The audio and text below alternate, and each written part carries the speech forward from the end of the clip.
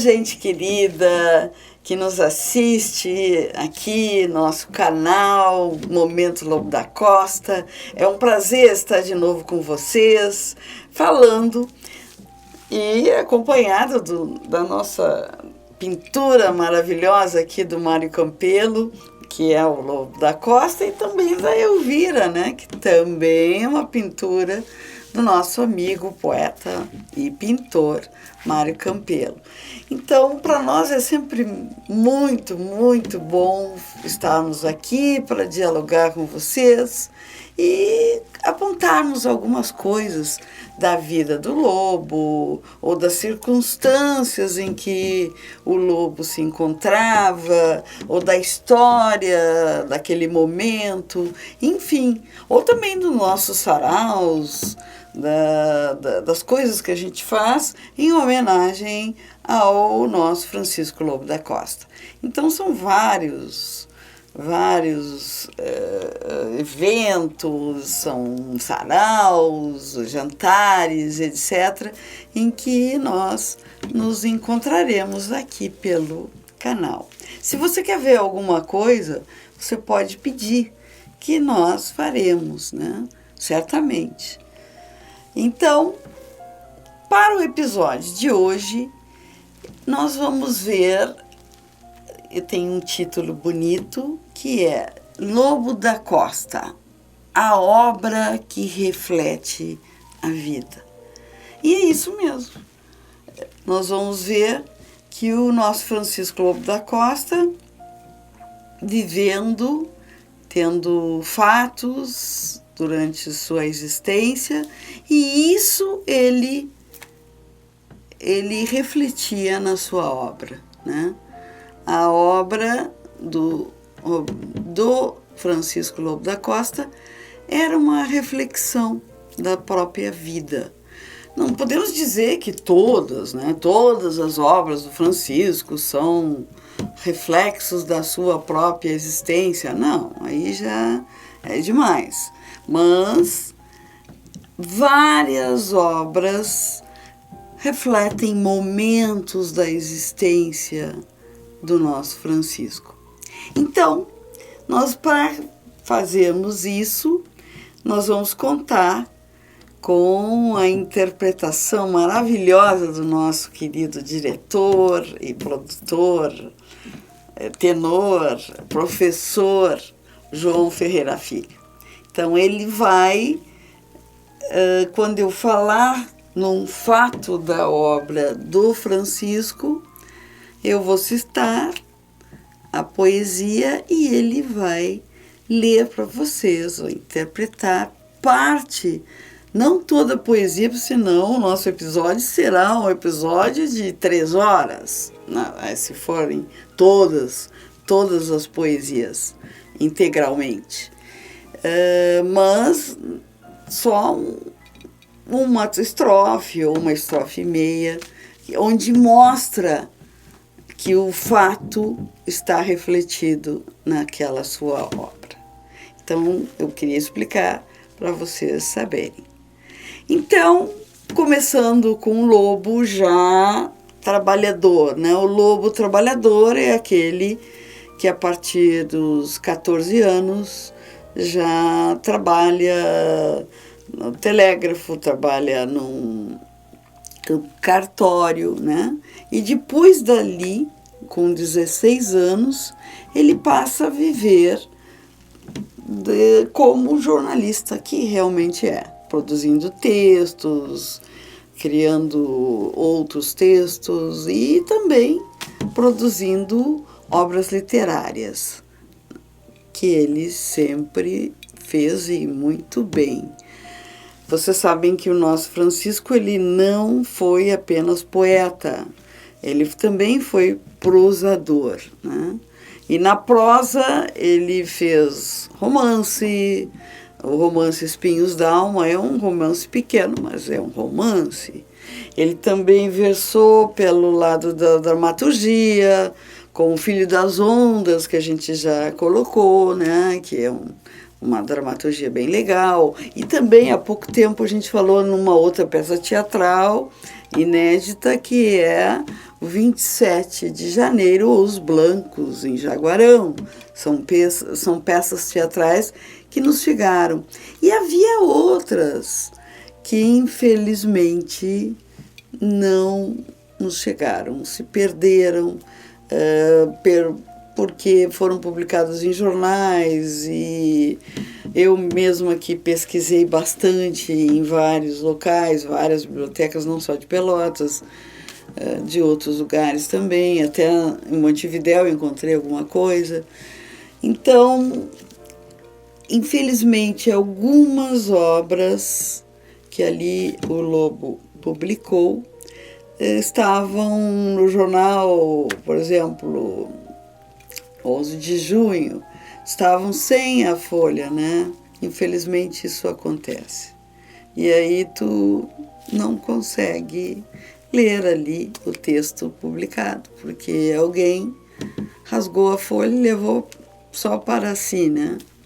E deixa os outros sem conseguir realmente visualizar, e também estraga, né, o aspecto da obra de um grande ator, de um grande autor, como é o Francisco Lobo da Costa. Não só o Francisco, todos, né? Todos os autores que têm parte de sua obra surrupiada dos livros também sofrem com isso. Bem, mas vamos voltar ao Francisco. Então, a partir dos 16 anos, ele já é jornalista, né? Ele é jornalista e faz também obras literárias.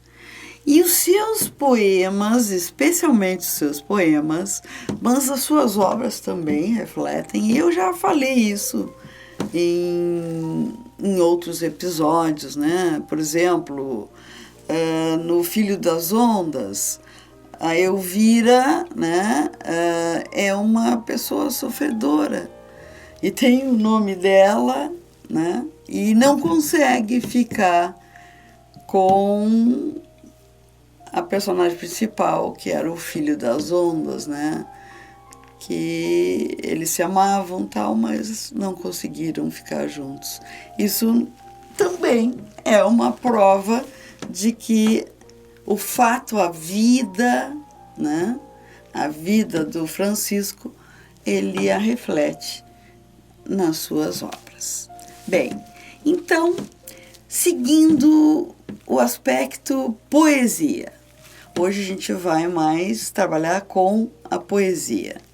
Nós sabemos que com 18 anos o nosso Francisco teve uma perda irreparável, que foi a morte da sua mãe, né? A baiana Jacinta Júlia Lobo da Costa. Então ela faleceu quando Francisco tinha 18 anos, e como ele era muito amigo da mãe, ele sofreu muito essa perda, né? Este fato da morte de um ente querido. E isso ele vai refletir na sua obra. E é o que nós vamos ver com um trecho da poesia, do poema do Lobo, A Minha Mãe.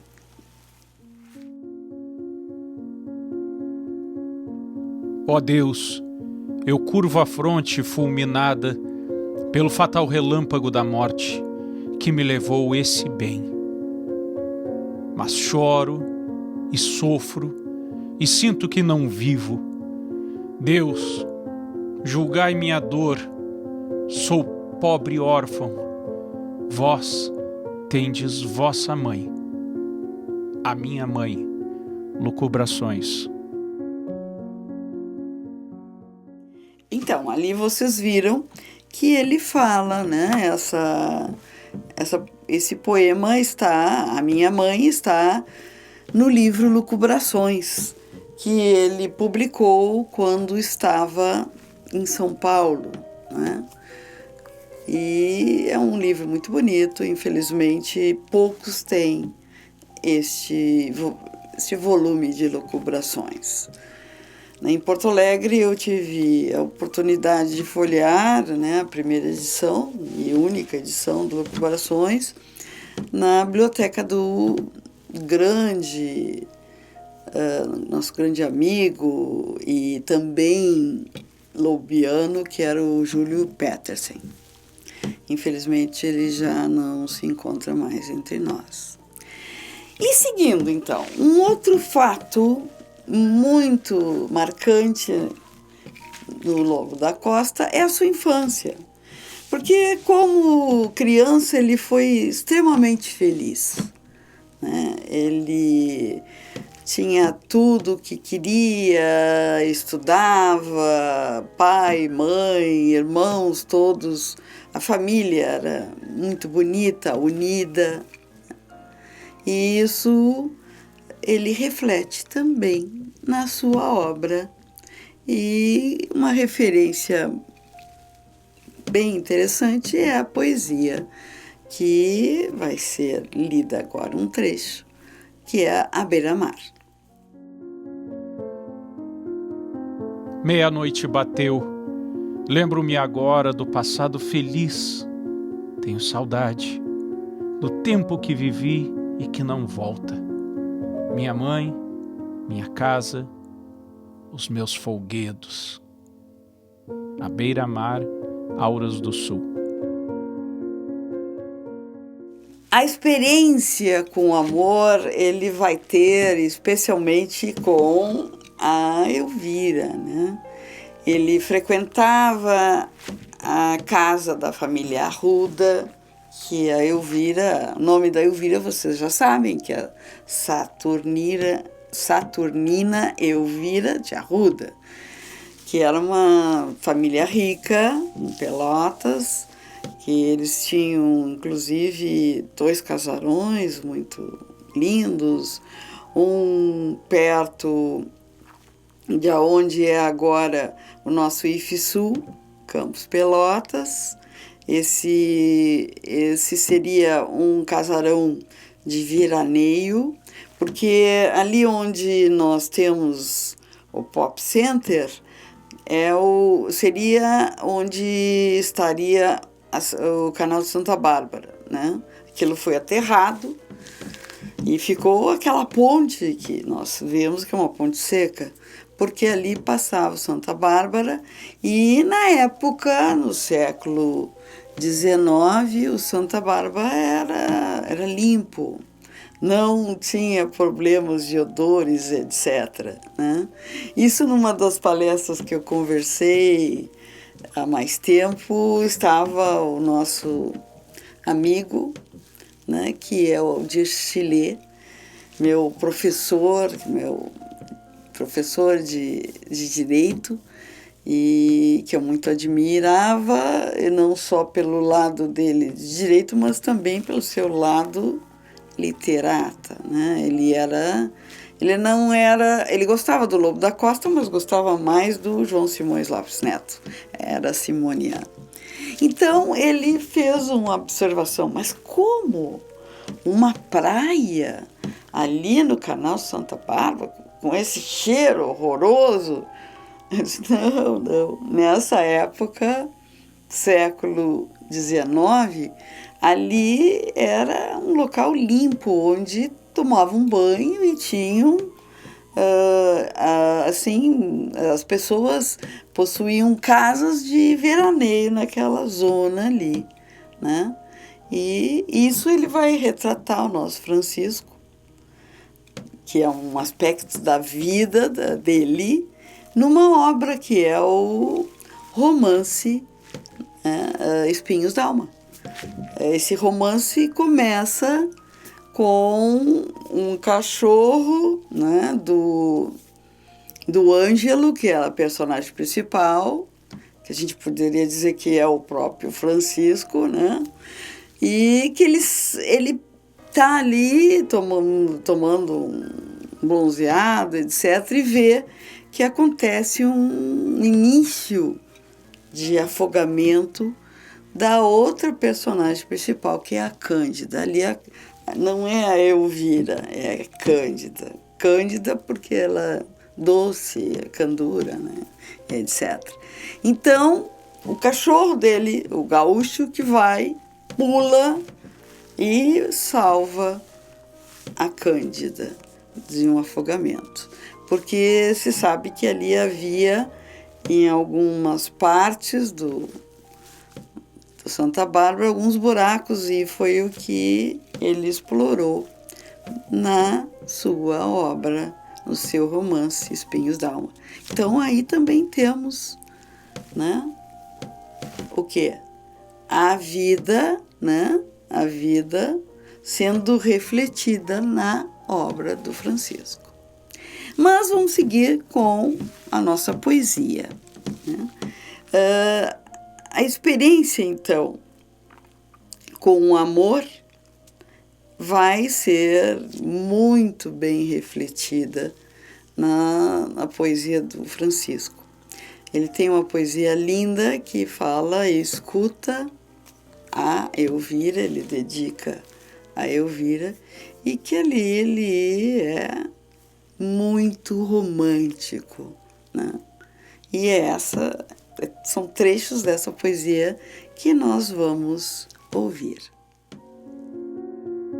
Não creias, Elvira, que a lira do vate por outra virasse sincera canção, pois só no remanso do exílio em que vive teu nome sepulta-se em seu coração. Escuta, Auras do Sul. Seguindo, então, vamos passar para um outro aspecto. Depois daquele grande amor da Elvira, o que a gente sabe? A gente sabe que os pais da Elvira não queriam que o Francisco, por ser pobre, por ser jornalista que não ganhava muito, né, e não ter nenhum título. Ele vai até para São Paulo para ver se consegue estudar direito e ter algum status, etc. Mas não consegue, né? Ele envereda por outro problema, ele entra em coma alcoólica lá, ele se encontra com muitos românticos, e os românticos eram totalmente boêmios, e ele não tinha tanta idade, ele então resolve voltar e não faz nenhum curso. Então, o pai de Elvira não queria, notou que havia algum romance entre os dois e uma correspondência, né, entre eles, então proíbe o namoro da Elvira com o nosso Francisco. E mais, e dão o quê? Dão um noivo para a Elvira, e a Elvira, como uma moça obediente aos pais, se submete a isso, e o noivado é realizado. E o Francisco é convidado para esse dia do noivado, e ele era muito bem-vindo como poeta para declamar. E ele vai declamar para Elvira vingança. Por que vingança? Porque ele se sente traído por ela, né? Ela, aceitando aquele noivado, está traindo o nosso poeta. Ou seja, está terminando com um sonho de amor entre eles. Então, agora nós vamos ouvir alguns lindos versos, mas fortes, de vingança. Que sinto eu desejos de vingança, de um crime horrível ela tornou-se ré, e o ídolo que adorei reduzido a cinzas, e sobre as cinzas me coloco em pé. Vingança. Auras do Sul. Outro aspecto, outro fato, são os fatos patrióticos, né? Por exemplo, o nosso Francisco escreveu um poema maravilhoso quando tinha 12 anos, em homenagem à rendição de Uruguaiana na Guerra do Paraguai. Isso é um fato patriótico, né? Ele queria ter ido lutar também com seu primo Tomás e seu tio, mas ele não poderia, ele com 12 anos. Então, este poema, infelizmente, eu só posso falar nele porque algumas pessoas o leram, ele foi publicado, mas ele se perdeu, infelizmente.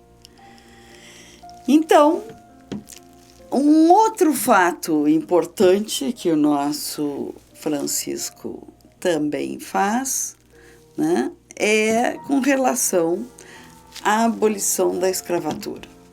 O Francisco era republicano e era abolicionista. E, com relação à abolição, ele teve condições de assistir essa abolição da escravatura em nível nacional, já que em Pelotas foram 4 anos antes, mas em nível nacional foi em 1888, foi no ano que ele, infelizmente, vai falecer, mas ele falece posteriormente, né? Ele falece no dia 18 de junho e a abolição da escravatura é proclamada, né, pela princesa Isabel no dia 13 de maio, que é o nome da poesia que ele fez em 1888. Então, antes ele está vivo, ele consegue vibrar com esse fato importante que vai se refletir na sua poesia. Então, vamos ouvir agora 13 de maio. A lua incende a fria Guanabara, do lívido panorama da laje fria, foi um fantasma o dia daquela noite clara. E era o Brasil, dormindo descuidado, pobre vítima infausta do direito, tendo parte do povo acorrentado no cepo do mais negro preconceito. 13 de maio, Flores do Campo. Um outro aspecto do nosso Francisco que nós já falamos e já o elogiamos é o seu condoreirismo. Se lembram, no outro episódio nós falamos que o principal escritor, poeta, condoreiro era nada mais nada menos que Castro Alves.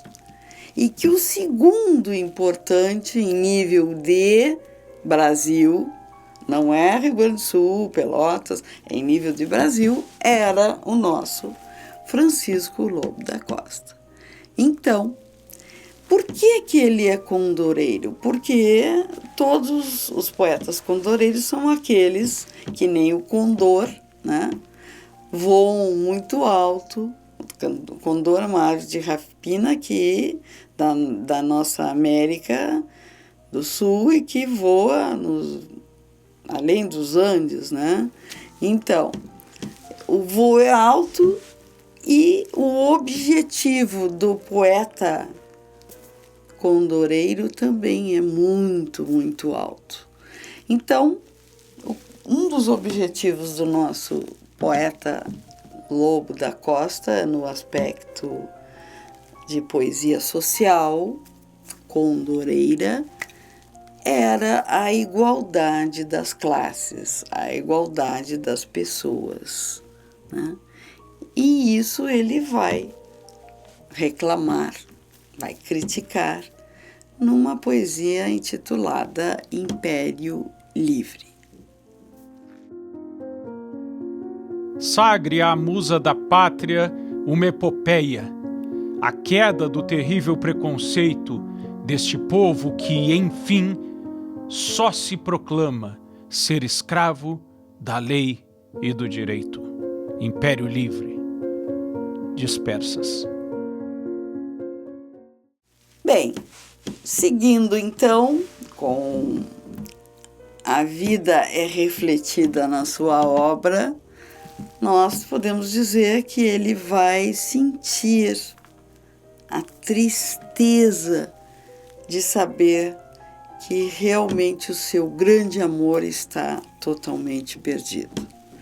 Isso pela época de 1880, em que ele já estava casado, infelizmente ele se casou, né, com a Carolina Augusta Karnal, porque teve um caso com ela engravidou e ele, como um gentleman, um cavalheiro, ele vai honrar a moça e se casa com ela. Dali, depois de 9 meses, nasce Amanda, que é a filha do Lobo, a única filha, em Montevidéu. Porque, claro, a Carolina era de Jaguarão, e Jaguarão é uma fronteira, né, com o Uruguai, e era muito mais importante ir para Montevidéu do que outras cidades aqui do Brasil. Então é lá que a Amanda vai nascer. Então, estava dizendo que depois de 79, que ele se casa, então, ele não consegue ficar com a Carolina, incompatibilidade total de gênios. Então ele sai dali, ele vai para casa de um amigo e só retorna depois para Jaguarão. E lá ele vai compor e quase que endereçar para Elvira uma trilogia muito forte do amor perdido, que nós vamos ouvir só trechos. Tal como se levanta a tempestade após o alvorecer de um dia ameno, e ao estalar do trovão e o vento e os raios dispersam uma por uma as nuvens douro, sobre mim levantou-se o injusto fado, cuspindo nos meus sonhos mais formosos, derrubando meus íntimos castelos, os castelos de amor que ergui saudoso, com as vagas de meus prantos de mancebo. Tudo roubou-me o injusto fado, e até, para chorar, negou-me o ingrato um regaço de mãe, um seio amigo. À beira-mar, Auras do Sul. Bem, um outro aspecto também essencial, que era essencial para o nosso Francisco, era a natureza. Ele gostava da vida ao ar livre, da vida natural e do espaço totalmente livre e luminoso, né, do Rio Grande do Sul. E ele vai retratar isso numa obra maravilhosa que é regionalista, que é o Lá. Ele vai cantar as belezas, né, de Pelotas e de todo o Rio Grande do Sul. Então vamos ouvir um trecho de Lá. O laranjal enverdece ao disco argênteo da lua, e a estrada deserta e nua logo aos olhos te aparece. Uma restinga lhe cresce, beijando a fralda ao regato, e lá, no fundo do mato, arde o roçado e fumega a vassourinha, a macega. Lá, Auras do Sul. Na etapa descendente da sua vida, quando ele já estava mais rendido ao vício, né? Esse vício impiedoso do alcoolismo, que ele já tinha sofrido várias angústias, perdas, decepções, inclusive já havia morrido seu pai também, né? E o irmão dele, o Luiz, também estava em problemas com o alcoolismo. O Francisco tem consciência da sua própria condição humana, dessa condição fragilizada que ele se encontra. Então, ele vai falar de trevas, de dor, da sua cela, quando ele estava ali na Santa Casa, para tentar sair do alcoolismo, do seu próprio cárcere. Então, essa condição humana fragilizada diante desses aspectos, ele vai colocar muito bem no seu poema Adeus. Eu sou náufrago vil, sem norte ou guia, açoitado por ventos da agonia, nas cavernas fatais do coração. Adeus, a sombra do salgueiro, Auras do Sul. E por último, já no seu leito de hospital, ele também continua tendo a consciência de que ele se sente debilitado e que seu fim está próximo, né?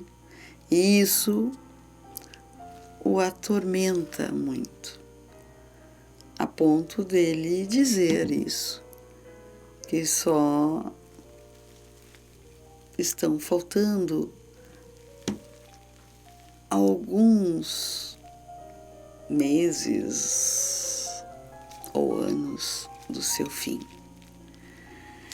Essa antevisão de um fim é colocada por Francisco Lobo da Costa, especialmente em dois lindos e sensíveis poemas, como Proscrito no Mar e Gratidão. Mas ai, não posso, o vendaval retumba, já dos ciprestes arrancando os véus. Adeus, crianças, eu presinto a tumba, virgens mimosas para sempre. Adeus. Gratidão. Auras do Sul.